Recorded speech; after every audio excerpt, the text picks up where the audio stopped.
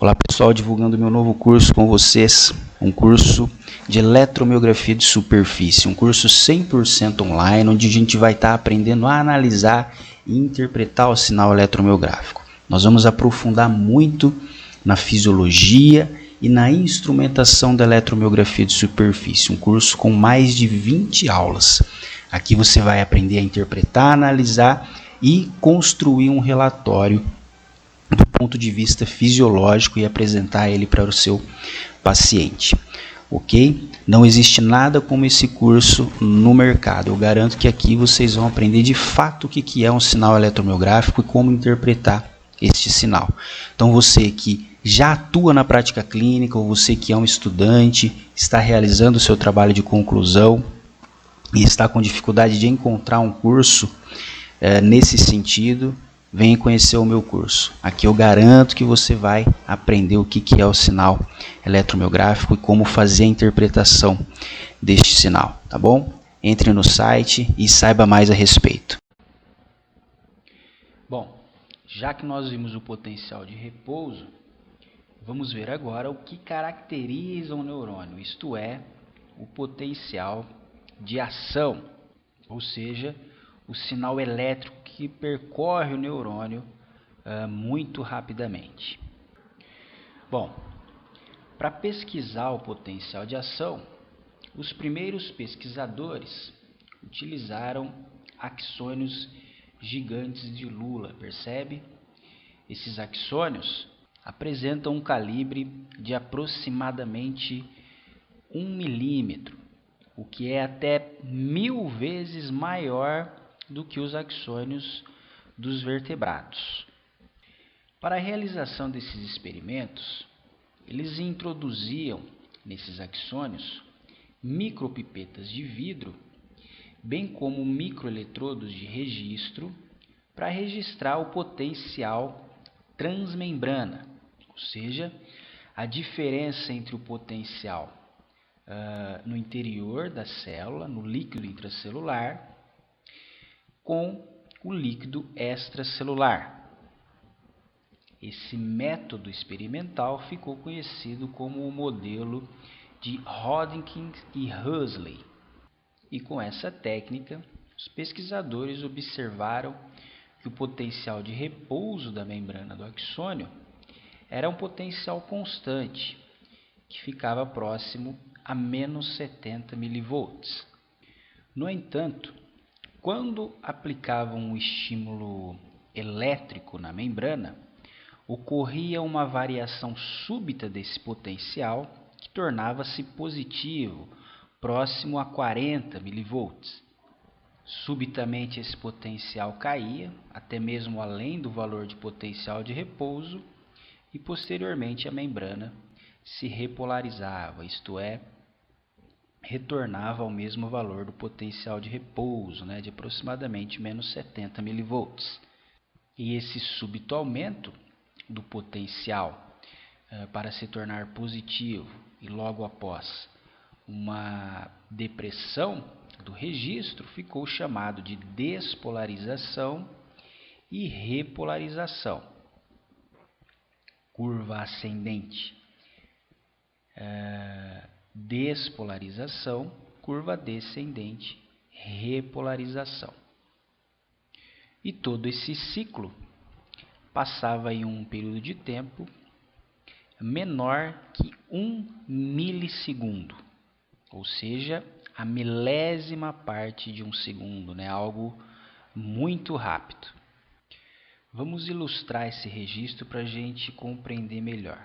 Temos aqui então no nosso gráfico de registro, no eixo vertical, o potencial de membrana em milivolts e no eixo horizontal o tempo em milissegundos. Então, quando em repouso, o potencial da membrana é de aproximadamente menos 70 milivolts. Após o estímulo elétrico, esse potencial ascendia rapidamente até próximo a 40 milivolts positivo, sendo esta curva ascendente do registro chamado de despolarização, e após essa ascendência, rapidamente a curva descendia, né? O que foi chamado então de repolarização. E note ainda que essa repolarização ainda passava um pouco além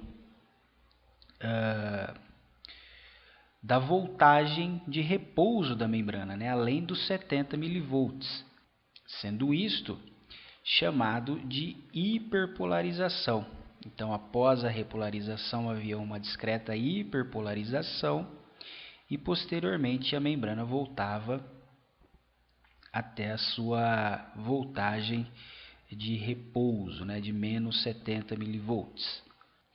Bom, mas como então esses eventos elétricos ocorriam muito rapidamente, né, em menos de 1 milissegundo, ficava muito difícil dos pesquisadores analisarem os componentes iônicos na gênese desse potencial de ação, na gênese dessa despolarização. No entanto, já havia o conhecimento de que os íons sódio e potássio estavam envolvidos nesse fenômeno. Como eles sabiam do envolvimento desses íons, seria então necessário bloquear o envolvimento de um deles para poder analisar de forma exclusiva o outro. Para isso, então, eles usaram a tetrodotoxina, uma toxina encontrada no peixe baiacu, que é um bloqueador dos canais de sódio. E também usaram o tetraetilamônio, que é um bloqueador dos canais de potássio.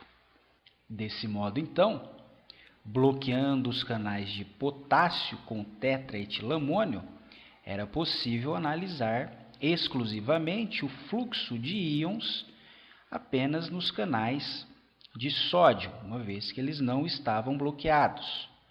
Do mesmo modo, com o bloqueio dos canais de sódio por tetrodotoxina, era possível analisar exclusivamente o fluxo de íon pelos canais de potássio, uma vez que eles não estavam bloqueados.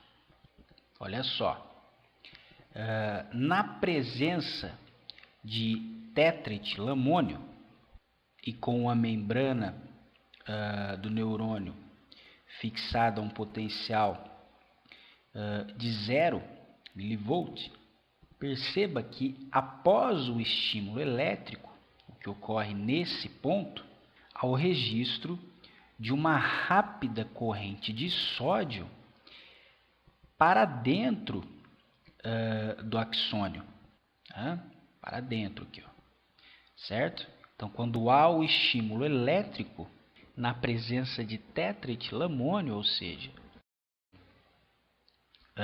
de um bloqueador dos canais de potássio, há um influxo de sódio para dentro do axônio. Já na presença de tetrodotoxina, registra-se uma corrente de potássio, só que para fora do axônio, isto é, um efluxo de potássio. E como nós podemos observar, os canais de sódio antecedem a abertura dos canais de potássio, né? Ou seja, o sódio, os canais de sódio dependentes de voltagem se abrem mais rapidamente do que os canais de potássio. Os canais de potássio levam um tempo um pouco maior para abrir. Com esses experimentos, então foi concluído que o potencial de ação se deve a um aumento súbito e temporário da permeabilidade ao sódio, certo? Então, a despolarização, aquela curva ascendente do potencial de ação, se deve, então, a esse aumento súbito e temporário da permeabilidade ao sódio. Bom, vamos analisar agora então sequencialmente o que de fato ocorre. Temos então a nossa membrana em seu potencial de repouso, né, de aproximadamente menos 70 milivolts. Quando um estímulo inicial é gerado na membrana, há uma despolarização da membrana, até próximo a um limiar de menos 55 milivolts aproximadamente, sendo este potencial do potencial de repouso até o limiar chamado de potencial graduado.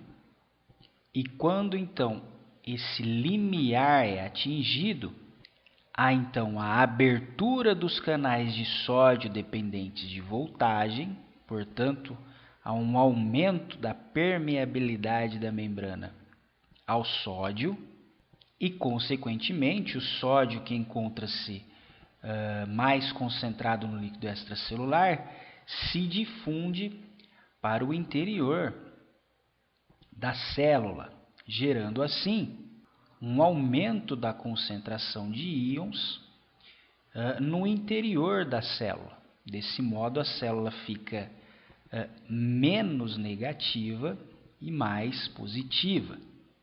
Há, portanto, uma reversão da polaridade da célula, pois ela passou de negativa para positiva.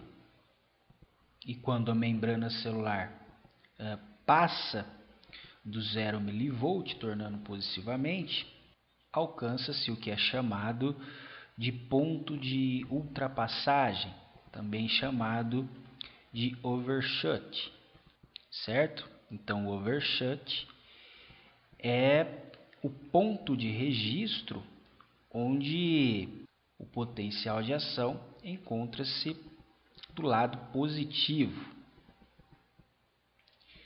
Nesse ponto, onde o potencial de ação atinge um pico de mais 30 a mais 40 milivolts, há então um fechamento dos canais de sódio dependentes de voltagem, o que diminui a permeabilidade ao sódio, e nesse ponto há também a abertura dos canais de potássio dependentes de voltagem, uma vez que, como nós vimos anteriormente, os canais de potássio se abrem mais lentamente que os canais de sódio, eles demoram mais para se abrir, certo? Então, nesse ponto, com a abertura dos canais de potássio, a membrana torna-se mais permeável ao potássio.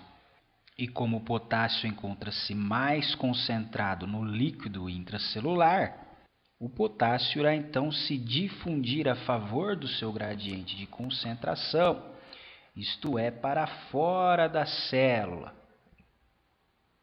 E desse modo, então, à medida que o potássio deixa a célula, há então um registro da curva descendente. Isto é, o potencial de ação ou potencial de membrana que estava positivo, agora vai tornando-se novamente mais negativo em direção ao potencial de repouso. No entanto, quando a membrana atinge o potencial de repouso, próximo a menos 70 milivolts, os canais de potássio dependentes de voltagem ainda não se fecharam completamente. Somando-se aos canais de vazamento de potássio que estão constantemente abertos, o potássio continua saindo da célula além do potencial de repouso, gerando assim uma discreta hiperpolarização, ou undershoot, uma subpassagem além do potencial de repouso. E quando então há um fechamento dos canais de potássio. Há então uma retenção de potássio e a membrana volta ao estado de repouso, de menos 70 mV. Lembrando que nessa fase de repolarização há também uma atividade da bomba sódio-potássio ATPase, que também está contribuindo para essa repolarização da membrana. Bom, no potencial de ação, os canais iônicos dependentes de voltagem se abrem sucessivamente a partir de uma zona de gatilho, permitindo que a corrente flua pelo axônio de forma unidirecional, o que se dá em uma alta velocidade de condução. Desse modo, se diversos eletrodos forem inseridos ao longo da membrana do axolema, cada um desses eletrodos irá registrar um potencial de ação subsequente ao outro, o que significa que o potencial de ação está sendo conduzido ao longo do axônio, certo? É o mesmo que dizer que uma corrente elétrica está fluindo ao longo do axônio. Vamos analisar a respectiva ilustração. Temos então a membrana do axolema, o interior do axônio, com seu axoplasma, e a partir de uma zona de gatilho, onde é gerado o estímulo, há então a abertura dos canais de sódio dependente de voltagem, ao influxo então de sódio, e posteriormente a abertura dos canais de potássio dependente de voltagem e a saída de potássio. E isso ocorre de forma sucessiva, entrada de sódio, saída de potássio, ao longo de toda a membrana axonal. E o que contribui para esse fluxo ou condução unidirecional do potencial de ação é o chamado período refratário absoluto, onde os canais de sódio recém-abertos e fechados tornam-se inativos por aproximadamente 1 milésimo de segundo. Desse modo, um canal de sódio dependente de voltagem recém-aberto e fechado só consegue ser ativado novamente após esse breve período de tempo. E isso então garante que o fluxo ou a condução do potencial de ação seja apenas em uma direção, uma vez que os canais que já foram ativados têm que passar por esse período refratário onde não podem ser ativados. Vamos dar uma olhada numa animação para a gente entender. Então temos aqui em azul claro a membrana celular, o axolema, em azul escuro o citoplasma do neurônio, o axoplasma, e em laranja claro o meio extracelular. Perceba então que o sódio encontra-se mais concentrado no meio extracelular e que a partir de um estímulo, o sódio então começa a se difundir para o interior do citosol, tornando assim a membrana mais positiva. Perceba que está subindo, de menos 70 para mais 30, certo? Então isso é a despolarização da membrana, beleza? Bom, vamos estudar agora a estrutura e o funcionamento dos canais de sódio dependentes de voltagem. A molécula desses canais de sódio dependente de voltagem possui 4 domínios diferentes. 1, 2, 3 e 4. Cada um desses domínios é constituído por 6 segmentos de alfa-hélice transmembrana, S1, S2, S3, S4, S5 e S6. Desse modo, então, esses 4 domínios diferentes se unem para formar um poro entre eles, percebe? Então aqui nós temos os 4 domínios, 1, 2, 3, 4, formando um poro ao centro. Esse poro, então, possui um filtro de seletividade que é 12 vezes mais permeável ao sódio do que ao potássio. E é isso, então, que dá essa seletividade do canal aos íons de sódio. E note ainda que o segmento S4 de cada domínio é carregado positivamente, percebe? Isso torna esse segmento um sensor de voltagem do canal. A gente vai entender melhor para que serve esse sensor. Na figura abaixo aqui a gente pode observar, tá vendo? O segmento S4 carregado positivamente e 2 portões, né? Um portão vai ser chamado de portão de ativação e outro de inativação. Vamos ver como isso funciona, então. Vamos ver como é o funcionamento dos canais de sódio dependentes de voltagem. Então, esses canais de sódio possuem um portão chamado portão de ativação, que encontra-se fechado quando a membrana está ao repouso, impedindo assim então a entrada de sódio. Já o portão de inativação, que contém uma sequência de aminoácidos que formam uma esfera ancorada à porção citoplasmática do canal, encontra-se aberto, né? O portão de ativação, de inativação, melhor dizendo, encontra-se aberto quando a membrana está ao repouso.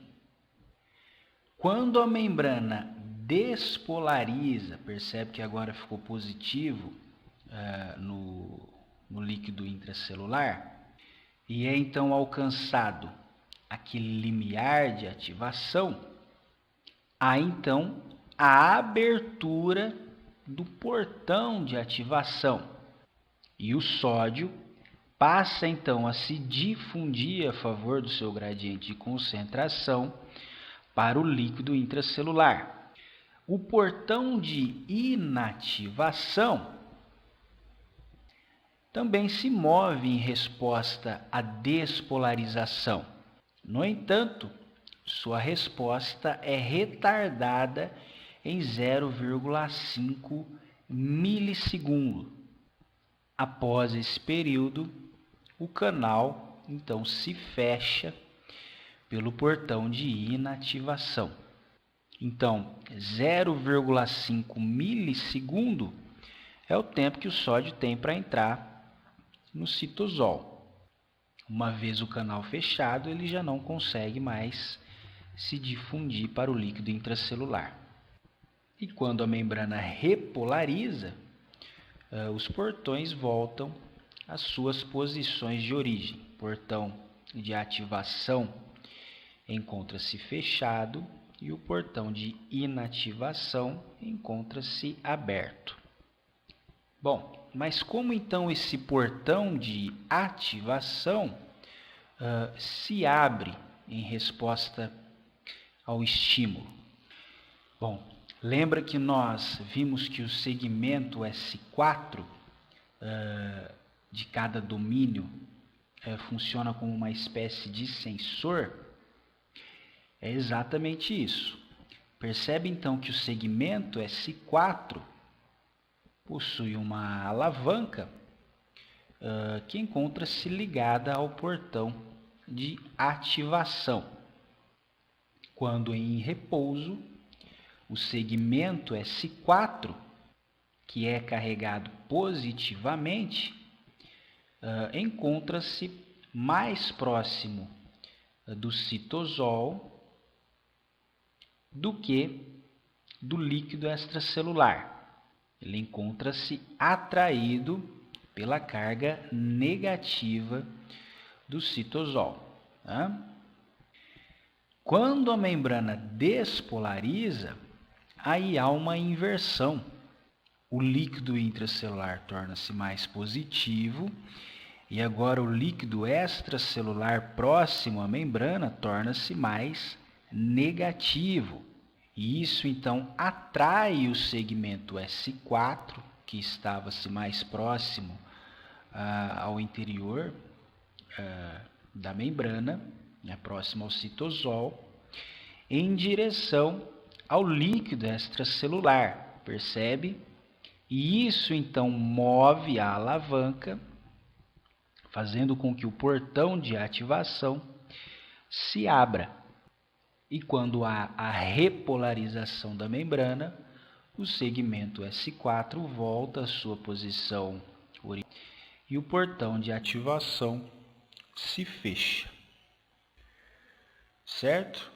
Então essa aula você pode revisar pelas seguintes referências.